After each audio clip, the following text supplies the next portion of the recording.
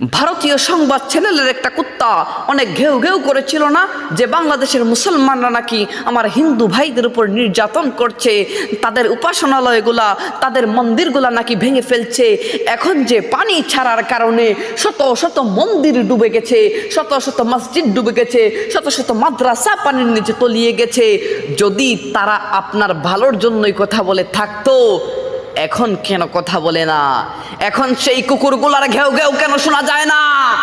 এরা আপনারও ভালোর জন্য কথা বলে না, আমারও ভালোর জন্য কথা বলে না।